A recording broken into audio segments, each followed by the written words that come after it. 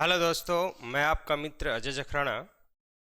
हम कई दिनों से हरियाणा डीएलएड यानी जेबीटी के फर्स्ट ईयर का जो है इस सेकंड पेपर पे हम बातचीत कर रहे हैं और उसी डेली हम आपको ये सिखाते हैं, प्रैक्टिस करवाते हैं कि आपको क्वेश्चन का आंसर कैसे राइटिंग करना है, कैसे लिखना है। उसी में हम आज 8 नंबर का जो प्रश्न है वो लेके आ रहे हैं। देखिए, मैं आपको एक दिन ये भी समझाऊंगा कौन सी यूनिट से बड़े प्रश्न आएंगे, कौन सी यूनिट से छोटे प्रश्न आएंगे। जो पहली यूनिट है उसमें केवल 8 नंबर के बड़े प्रश्न और लघुतरात्मक 5 नंबर के प्रश्न आएंगे। वेरी शॉर्ट आंसर इस क्वेश्चन इसमें नहीं आएंगे, यानी बिल्कुल 1 लाइनर या 2 लाइनर जो प्रश्न होते हैं आंसर देने वाले वो नहीं आएंगे। तो अब आते हैं पहले 8 नंबर का। आप शिक्षा के व्यापक तथा संकुचित अर्थों की व्याख्या कैसे करेंगे। एक प्रश्न हमने परसों की क्लास में पढ़ा, शिक्षा का अर्थ। वो एक अलग प्रश्न था, लेकिन जब शिक्षा के संकुचित अर्थ और व्यापक अर्थ से क्या तात्पर्य है तो ये थोड़ा आंसर अलग होगा साथियों। देखिए, शिक्षा के दो दृष्टिकोण माने गए हैं, शिक्षा के अर्थ दो माने गए हैं। एक संकुचित दृष्टिकोण के अनुसार शिक्षा, एक है व्यापक दृष्टिकोण के अनुसार शिक्षा। दोनों ही दृष्टिकोण के अनुसार शिक्षा के अर्थ अलग अलग बताए गए हैं। हम एक एक की बातचीत करेंगे कि भाई शिक्षा का संकुचित दृष्टिकोण के अनुसार शिक्षा क्या है और व्यापक दृष्टिकोण के अनुसार शिक्षा क्या है। तो हम देखिए, शिक्षा कहाँ कहाँ से लेते हैं उसको देखो बेटा। यहाँ से ले लेते हैं, शिक्षा कहाँ से लेते हैं। शिक्षा, अब देखो शिक्षा कहाँ से लेते हैं, यहाँ कहाँ लिख देता हूँ, उससे समझ में आ जाएगा। शिक्षा हम कहाँ से लेते हैं बताइए। शिक्षा हम विद्यालय या कॉलेज से लेते हैं। एक तरफ हम कह सकते हैं शिक्षा हम घर पर भी लेते हैं, समाज से भी लेते हैं, दोस्तों से भी लेते हैं, खेलते हुए भी लेते हैं, खेल में भी, खेलते हुए भी। ये हुआ भाई, हम शिक्षा ज्ञान और कैसे लेते हैं, कैसे लेते हैं,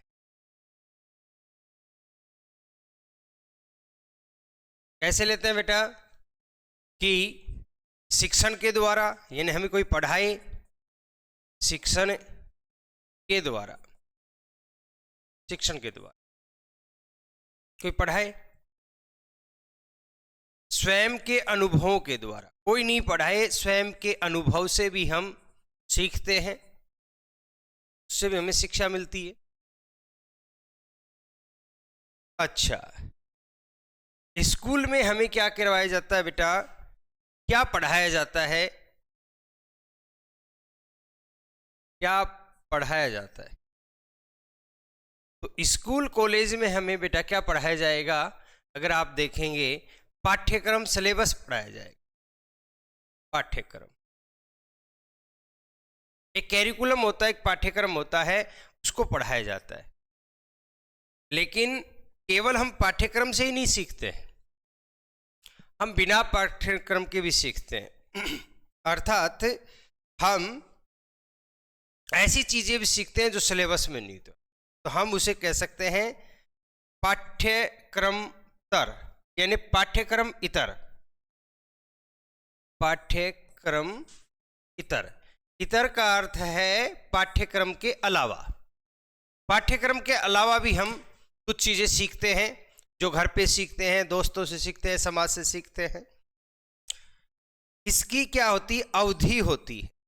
स्कूल में जो हम सीखेंगे, 8वीं का सिलेबस 8वीं में पढ़ेंगे 1 साल के लिए, 9वीं का 9वीं में पढ़ेंगे, 10वीं का 10वीं में पढ़ेंगे, इसकी अवधि निश्चित होती। लेकिन घर पे जो हम सीखते हैं, समाज से सीखते हैं, इसकी अवधि निश्चित नहीं होती।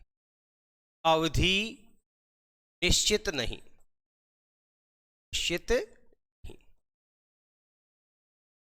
अब देखिए इसका क्या होता है कि जो हम यहां पर सीख रहे हैं इसको जांचा जाता है, स्कूल में जो सीखा है बच्चे ने कितना सीखा, अर्थात इसका मूल्यांकन होता है। परीक्षा होती है, परीक्षा होती है और इसका मूल्यांकन नहीं होता है, मूल्यांकन नहीं होता है, या यूं कहें कि इसकी कोई परीक्षा नहीं होती। इसके बाद में स्कूल कॉलेज से हम जब शिक्षा ले लेते हैं हमें कोई ना कोई प्रमाण पत्र मिलता है, ये हमें कोई ना कोई प्रमाण पत्र मिलता है बेटा,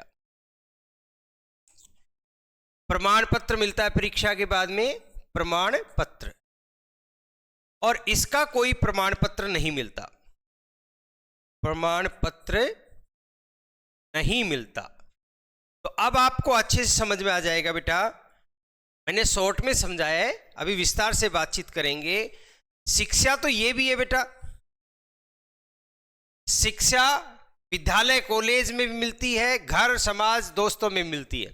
तो जो ये शिक्षा है बेटा, जो विद्यालय वगैरह में शिक्षा मिल रही है, ये बेटा कहलाएगी औपचारिक शिक्षा, औपचारिक शिक्षा। औपचारिक शिक्षा क्या कहलाएगी? औपचारिक शिक्षा। और ये बेटा इसे कहेंगे हम अनौपचारिक शिक्षा, अनौपचारिक, इनफॉर्मल, अनौपचारिक शिक्षा। वो फॉर्मल एजुकेशन के इनफॉर्मल एजुकेशन, अनौपचारिक शिक्षा। और जो औपचारिक शिक्षा है बेटा, जो स्कूल में मिलेगी, कॉलेज में मिलेगी, शिक्षण के द्वारा मिलेगी, जिसका एक निश्चित पाठ्यक्रम होगा, उसकी निश्चित अवधि होगी, परीक्षाएं भी होंगी, फिर प्रमाण पत्र भी मिलेगा, सर्टिफिकेट भी मिलेगा। तो इस औपचारिक शिक्षा को ही ये शिक्षा का संकुचित अर्थ है, यही शिक्षा का संकुचित अर्थ है, यानी ये संकुचित शिक्षा है। शिक्षा तो है लेकिन ये शिक्षा कैसी कहलाएगी? संकुचित। ये शिक्षा का संकुचित अर्थ है। और जो अनौपचारिक शिक्षा है यह शिक्षा का व्यापक अर्थ, व्यापक अर्थ। शिक्षा का व्यापक अर्थ है अनौपचारिक शिक्षा और शिक्षा का संकुचित अर्थ है औपचारिक शिक्षा। अब इस पे एक एक के ऊपर मैं बातचीत करूंगा, ये शॉर्ट में आपको समझाने का प्रयास किया है। आगे बढ़ते हैं और पहला लिख के आते हैं शिक्षा का संकुचित अर्थ। तो बेटा आपको कुछ हद तक तो समझ, शिक्षा का संकुचित अर्थ यह है कि यह शिक्षा कब प्रारंभ होती है। तो ये सोच लिए जब बच्चा विद्यालय में जाने लगता है तब प्रारंभ होती है। इसका एक निश्चित सिलेबस होगा, निश्चित टाइम टेबल होगा, पढ़ाने की शिक्षण विधियां फिक्स होंगी, शिक्षक फिक्स होंगे, कितने विषय पढ़ाए जाएंगे, कितने समय तक पढ़ाए जाएंगे, यह सब कुछ फिक्स होगा। और फिर एक निश्चित अवधि के बाद में एक परीक्षा ली जाएगी, उस परीक्षा में बच्चे को कितना सीखा है वो मार्क के द्वारा साबित होगा और फिर प्रमाण पत्र दिया जाएगा। और जैसे बच्चा विद्यालय या महाविद्यालय कॉलेज को छोड़ देता है तो शिक्षा पूरी मान ली जाती। शिक्षा प्रारंभ कब होगी? जब विद्यालय में प्रवेश ले रहा है। और शिक्षा समाप्त कब मानी जाएगी? जब उसने कॉलेज वगैरह छोड़ दिया है, कॉलेज पढ़कर। तो इसका मतलब ये विद्यालय प्रवेश से लेकर महाविद्यालय की अंतिम कक्षा पास करने तक की शिक्षा वो संकुचित शिक्षा है, यानी महाविद्यालय में चलेगी। तो मैं कहता हूं आपको पॉइंट वाइज, यह शिक्षा विद्यालय में प्रवेश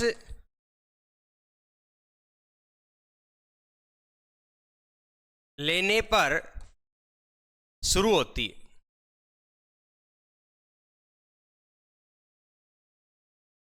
प्रवेश लेने पर शुरू होती है। यह शिक्षा महाविद्यालय यानी कॉलेज बेटा, महाविद्यालय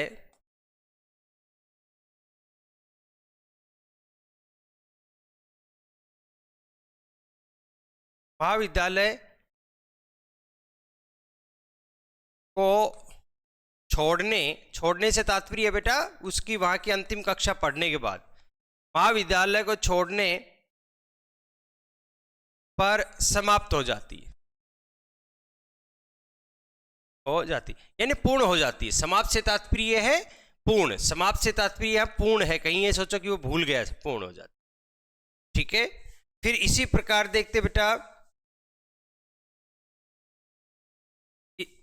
इस शिक्षा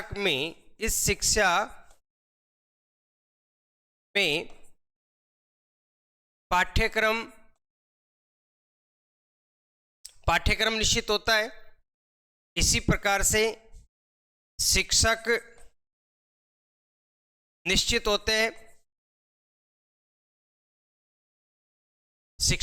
होते हैं, और बेटा शिक्षक के साथ साथ समय सारणी होती है,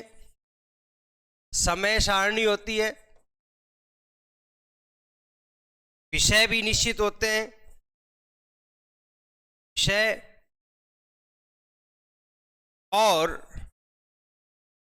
अवधि निश्चित होती है,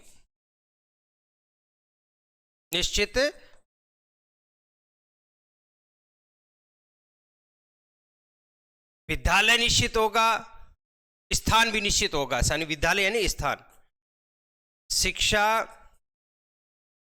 का स्थान निश्चित होता है।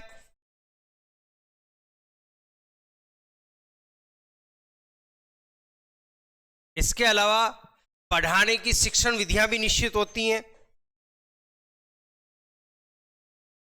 पढ़ाने की शिक्षण विधियां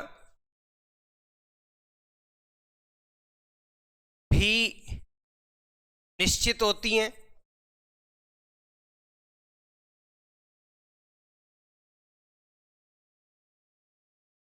जब ये विषय सब्जेक्ट निश्चित होंगे, समय सारणी निश्चित होगी, शिक्षक निश्चित होगा, शिक्षा प्राप्त करने का स्थान निश्चित होगा, पढ़ाने की शिक्षण विधियां निश्चित होंगी, सब चीज पहले से फिक्स है बेटा। फिर क्या होगा, फिर इसमें अंत में क्या लिया जाएगा, वर्ष के अंत में या बीच बीच में भी मूल्यांकन होगा, मूल्यांकन होता है, जिसके तहत यह जांचा जाता है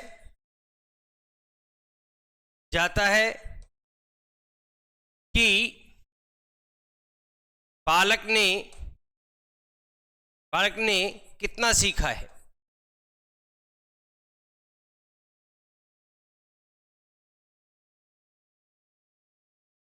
और यह बेटा इसके बाद में इसमें क्या किया जाएगा, इस मूल्यांकन के बाद में बालक को सर्टिफिकेट दिया जाएगा, अर्थात प्रमाण पत्र भी जाएगा, प्रमाण पत्र यानी जिसे हम प्रोग्रेस रिपोर्ट कहते हैं बेटा, प्रोग्रेस रिपोर्ट कहते हैं, प्रमाण पत्र दिया जाएगा। बेटा जब सब कुछ फिक्स होता है, निश्चित होता है, तो उसे हम औपचारिक कहते हैं, फॉर्मल कहते हैं। इसलिए शिक्षा का जो संकुचित अर्थ है, तो ये किस प्रकार की शिक्षा है, यह औपचारिक शिक्षा होती है। औपचारिक, सब कुछ जो फिक्स होता है तो औपचारिक शिक्षा, फॉर्मल शिक्षा, और ये औपचारिक शिक्षा होती है। और यह शिक्षा कहां पर होती है, सामान्यतः कक्ष में, क्लासरूम में। यह शिक्षा सामान्यतः कक्ष में होती है, क्लासरूम में, कक्ष में होती है। उम्मीद करता हूं आपको बहुत आसानी से संकुचित अर्थ शिक्षा का समझ में आया होगा। देखिए शिक्षा का संकुचित अर्थ, यह शिक्षा विद्यालय में प्रवेश लेने पर शुरू होती है, यानी जन्म से शुरू नहीं हो रही है, कब हो रही है? जब बच्चे कब एडमिशन करा रहे हैं। यह शिक्षा महाविद्यालय के छोड़ने पर पूर्ण हो जाती है, यानी जो कॉलेज की अंतिम कक्षा को पढ़ लेता है तो पूर्ण मान ली जाती है। यानी शिक्षा की अवधि क्या रही? विद्यालय में प्रवेश लेने शुरू हुई और महाविद्यालय छोड़ने पर पूर्ण होगी। इस शिक्षा में पाठ्यक्रम, शिक्षक, समय सारणी, विषय वस्तु, अवधि निश्चित होती है। शिक्षा का स्थान कौन सा होगा? कॉलेज या स्कूल निश्चित होता है। पढ़ाने की शिक्षण विधियां भी निश्चित होती हैं। मूल्यांकन होता है जिसके तहत यह जांचा जाता है कि बालक ने कितना सीखा, प्रमाण पत्र मिल दिया जाता है। यह औपचारिक शिक्षा होती है। यह शिक्षा सामान्यतः कक्षा कक्ष में होती है। तो साथियों, ये था आपका शिक्षा का संकुचित अर्थ। अब हम पढ़ेंगे शिक्षा का व्यापक अर्थ। व्यापक का अर्थ होता बड़ा, संकुचित का अर्थ होता छोटा। शिक्षा का व्यापक अर्थ, और व्यापक अर्थ में लेते हैं बेटा तो वहीं उसी के तहत चलते हैं। यह शिक्षा जन्म से प्रारंभ होती है। कुछ लोग तो मां के गर्भ से प्रारंभ मान लेते हैं, लेकिन यहां यह शिक्षा जन्म से प्रारंभ होती है। देखिए, संकुचित अर्थ में हमने क्या माना था कि बालक स्कूल में प्रवेश लेगा तब उसकी शिक्षा शुरू होगी। यह जन्म से प्रारंभ होती है। जन्म से प्रारंभ हो गई है तो ये पूर्ण कब होगी बेटा? ये शिक्षा कब तक चलती रहेगी? आजीवन चलेगी, अर्थात यह मृत्यु तक। यह शिक्षा मृत्यु तक चलती है,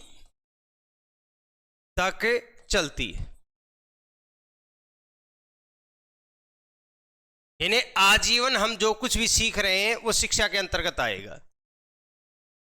तो यानी वहां हमने कहा था कि वो शिक्षा कहां शुरू होगी बेटा? तो हमने कहा था विद्यालय में शुरू होगी। तो ये कहां से शुरू होगी? यह शिक्षा घर से प्रारंभ हो जाती है,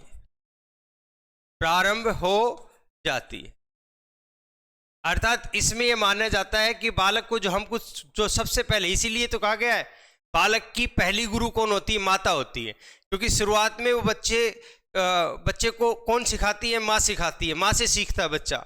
इसलिए पहली गुरु शिशु की या बालक की शिशु की पहली गुरु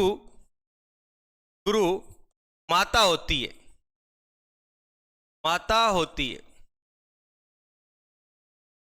पहली गुरु माता होती है बेटा।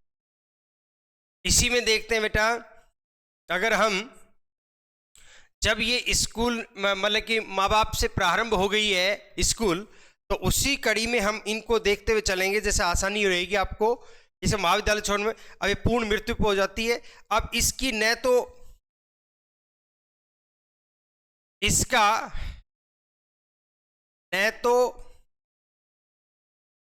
कोई पाठ्यक्रम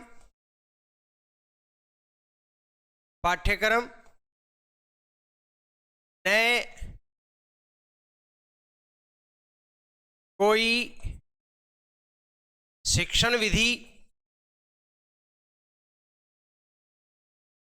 न कोई शिक्षण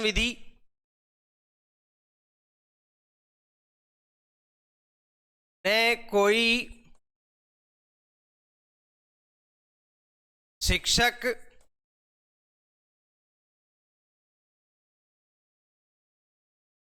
न कोई समय सारणी,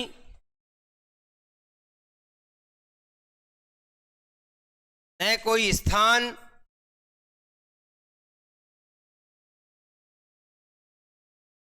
न कोई मूल्यांकन,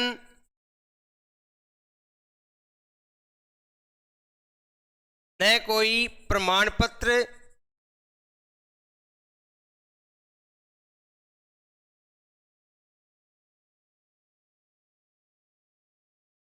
होता है। कहने का मतलब बेटा, इसका कोई पाठ्यक्रम भी नहीं होता है फिक्स, न ही शिक्षण विधि होती है, न ही शिक्षक होते हैं, न कोई समय सारणी होती है, न कोई स्थान होता है, न कोई मूल्यांकन होता है, न कोई प्रमाण पत्र होता है। तो अब आपको ऐसा लगेगा कि साहब फिर स्कूली शिक्षा को बिल्कुल बाहर कर दिया कि व्यापक अर्थ में? नहीं, ऐसा नहीं। इसमें हमें कह रहे हैं संकुचित अर्थ वाली शिक्षा तो है ही इसमें शामिल, अर्थ विद्यालय में जो अनुभव ले रहे हैं उसके अलावा अगर हम कहीं बाहर से अनुभव ले रहे हैं तो उन दोनों को मिला दो, वो व्यापक अर्थ हो जाएगा। तो इसको आप इस पॉइंट को थोड़ा अलग ढंग से समझेंगे, मैं आपको बताऊंगा। व्यापक अर्थ में क्या होगा कि विद्यालय के अलावा जो कुछ भी हम सीख रहे हैं, शिक्षकों के अलावा जो कुछ भी हम सीख रहे हैं, पाठ्यक्रम के अलावा जो कुछ भी सीख रहे हैं, खेल के मैदान में जो कुछ सीख रहे हैं, कक्षा कक्ष के बाहर जो कुछ सीख रहे हैं, ऐसी चीज जो जिसका मूल्यांकन नहीं होगा, जिसकी परीक्षा नहीं होगी, ऐसी चीज जिसका कोई सर्टिफिकेट नहीं मिलेगा, उसको हम अनौपचारिक शिक्षा कहते हैं। क्या कहते हैं बेटा? अनौपचारिक शिक्षा। जब कोई चीज फिक्स नहीं होती है, और इस अनौपचारिक शिक्षा को ही हम क्या कह देंगे? शिक्षा का व्यापक अर्थ। तो फिर आप कंफ्यूज हो रहेंगे, आपको लगेगा संकुचित अर्थ वाली चीज नहीं है क्या? हमने क्या कहा है कि कक्षा कक्ष में सीख रहे हैं, वो तो सीखना है ही, वो तो शिक्षा है ही, कक्षा कक्ष में सीख रहे हैं। लेकिन कक्षा कक्ष के बाहर जो कुछ भी सीख रहे हैं, इन दोनों को मिला दो तो वह शिक्षा का व्यापक अर्थ हो गया। यानी संकुचित अर्थ यह मिलता है कि शिक्षा कहां मिलती है? केवल कक्षा कक्ष में मिलती है, ऐसा संकुचित अर्थ में माना जाता है। व्यापक अर्थ में यह माना जाता है शिक्षा कक्षा कक्ष में भी मिलती है और कक्षा कक्ष के बाहर भी मिलती है। संकुचित अर्थ में यह माना जाता है शिक्षा प्रारंभ होगी विद्यालय में, बच्चा जब प्रवेश लेगा तब, और वह पूर्ण हो जाएगी जब वो महाविद्यालय को छोड़ेगा तब। व्यापक अर्थ में यह माना जाता है नहीं, विद्यालय में प्रवेश से पहले ही शुरू हो जाएगी, विद्यालय में प्रवेश से पहले ही शुरू हो जाएगी और फिर विद्यालय में भी चलती रहेगी उसकी शिक्षा, और महाविद्यालय में भी चलती रहेगी, और महाविद्यालय छोड़ने के बाद भी उसकी मृत्यु तक वह उसकी शिक्षा चलती रहेगी। यह है शिक्षा का व्यापक अर्थ। यानी शिक्षा के व्यापक अर्थ में क्या होता है? जो संकुचित अर्थ वाली बातें भी शामिल हो जाएंगी, और इसके अलावा और कैसे हम सीखते हैं, कहां से सीखते हैं, वो भी चीजें शामिल हो जाएंगी, तब वो बड़ा होगा। ध्यान रखना है, आप ये मत सुनना संकुचित अर्थ वाली चीजों को तो बिल्कुल हटा दें और फिर व्यापक अर्थ लेके आ जाएंगे। व्यापक अर्थ की हम बात करेंगे तो ऐसे करेंगे, जैसे मैं आपको एक चित्र बना के दिखा देता हूं।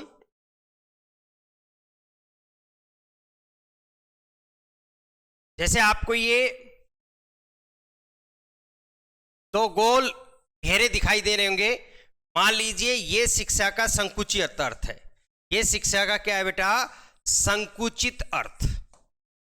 ये संकुचित शिक्षा होगी। और ये ले ली हमने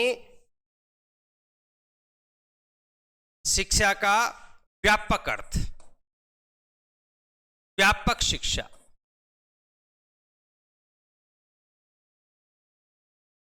व्यापक शिक्षा बड़ा बड़ा घोरा घेरा किसका है? व्यापक अर्थ का। अब ये बताएं, जब हम व्यापक की बात कर रहे हैं तो उसके अंदर संकुचित है या नहीं है? है ना? तो जब भी हम व्यापक की बात करेंगे तो इस व्यापक का अर्थ है व्यापक शिक्षा, यानी यहां लिख के बता रहा हूं बेटा, व्यापक शिक्षा, व्यापक शिक्षा। तो व्यापक शिक्षा में दो प्रकार की शिक्षा आएंगी,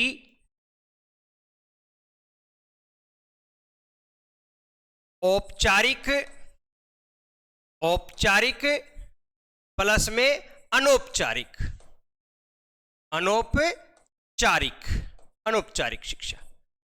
दोनों शिक्षा आएंगी।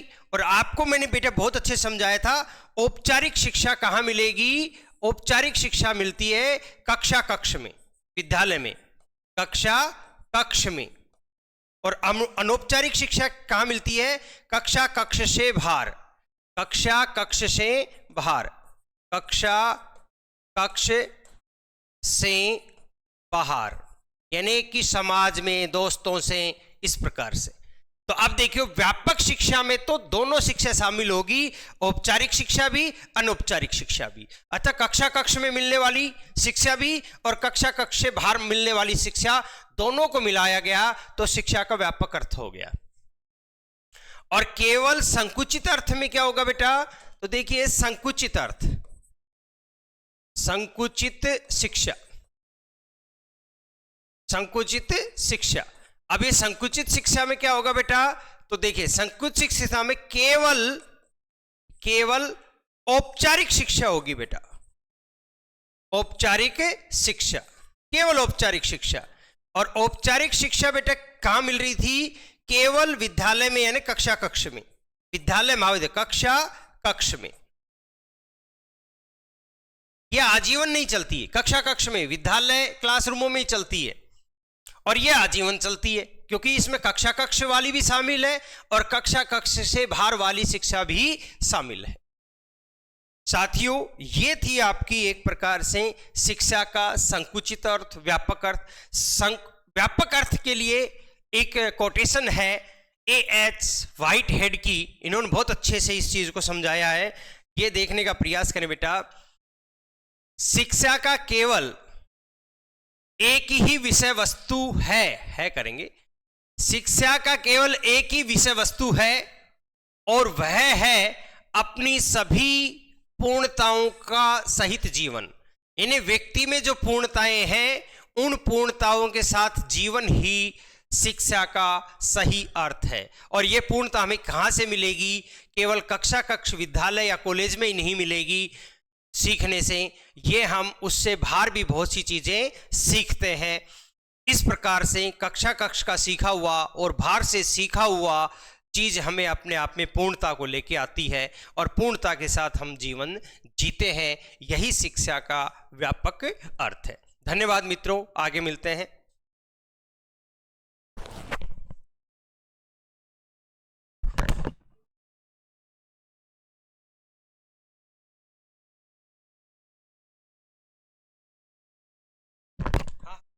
एक मिनट नहीं था, सॉरी। तो आप देखिए इसके बाद में बेटा हम देखते हैं कि ये तो 8 नंबर की इस अध्याय में, पहला अध्याय था, इसमें 8 नंबर के प्रश्न आएंगे और केवल 5 नंबर के प्रश्न आएंगे, 2 नंबर का प्रश्न नहीं आएगा। तो ध्यान रखना। अब इसके अलावा जो 5 नंबर के प्रश्न कौन से हो सकते हैं वो बताता हूं। 5 अंक वाले प्रश्न हैं, शिक्षा शब्द की व्युत्पत्ति तथा उद्भव के बारे में आप क्या जानते हैं। इन्हें शिक्षा जो शब्द है वो किस भाषा से आया है, वो कैसे बना है और उसका अर्थ क्या होता है। यानी इसमें शिक्षा शब्द का अर्थ बताना है। इसमें क्या बताना है बेटा? अर्थ बताना है, शिक्षा का मीनिंग बताना है, अर्थ बताना है शिक्षा शब्द। और इस चीज को मैं दोबारा रिपीट इसलिए नहीं कर रहा हूं, कोई नया स्टूडेंट है वो देख लेना हमारी पहली क्लास, जिसमें हमने इस चीज को बहुत अच्छे से समझाया। शिक्षा का अर्थ, अभिप्राय, शिक्षा के विकास कैसे हो, शारीरिक विकास और सामाजिक विकास हो। देखो हम शिक्षा शब्द अंग्रेजी भाषा के एजुकेशन शब्द का हिंदी रूपांतरण है। एजुकेशन शब्द लैटिन भाषा के 2 शब्दों ई तथा ड्यूको से बना है। ई का अर्थ होता अंदर से, ड्यूको का अर्थ होता बाहर करना या विकास करना। शिक्षा का अर्थ हो गया बालक की अंतर्निहित योग्यताओं को बाहर निकालना या उनका विकास करना।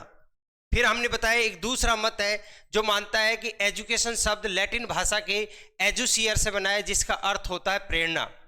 इसी प्रकार से तीसरा एक मत है, एजुकेशन शब्द लैटिन भाषा के एजुकेयर से बना है, जिसका अर्थ होता लालन पालन।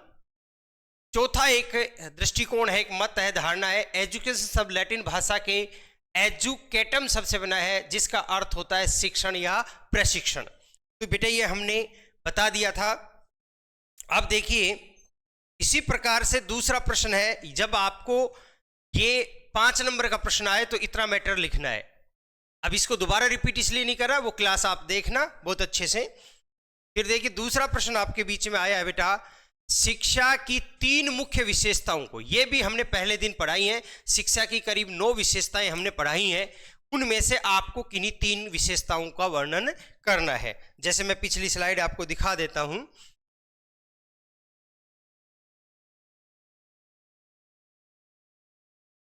अब देखिए शिक्षा की विशेषताएं, अब देखिए, शिक्षा एक सामाजिक प्रक्रिया है। इसी प्रकार बताया शिक्षा एक निरंतर प्रक्रिया है। इसी प्रकार बताया कि शिक्षा विकास की प्रक्रिया है। शिक्षा एक गतिशील प्रक्रिया है। शिक्षा द्विध्रुवीय प्रक्रिया है। शिक्षा एक त्रिमुखी या त्रिध्रुवीय प्रक्रिया है। इसी प्रकार से हमने बताया शिक्षा प्रशिक्षण का कार्य करती है। शिक्षा मार्गदर्शन प्रदान करती है। शिक्षा के द्वारा अभिवृद्धि होती है। यह हमने दो आपको 10 शिक्षा आधुनिक युग की मांग है, ये 10 आपको हमने शिक्षा की विशेषता बताई। इनमें से कोई 3 आप लिख दो तो वो 5 नंबर का प्रश्न हो जाएगा। और अगर बड़ा प्रश्न आया 8 नंबर का तो उसमें पूछेगा शिक्षा की विशेषताओं का उल्लेख कीजिए। आपको ये 10 की 10 विशेषताएं लिखनी है तो 8 नंबर का प्रश्न हो जाएगा। और जैसे ही उसने कहा कि 3 विशेषताएं लिखिए या 4 विशेषताएं लिखिए तब वह 5 नंबर को हो जाएगा। इन 10 में से कोई भी आप 3 विशेषताएं लिख देना। धन्यवाद साथी।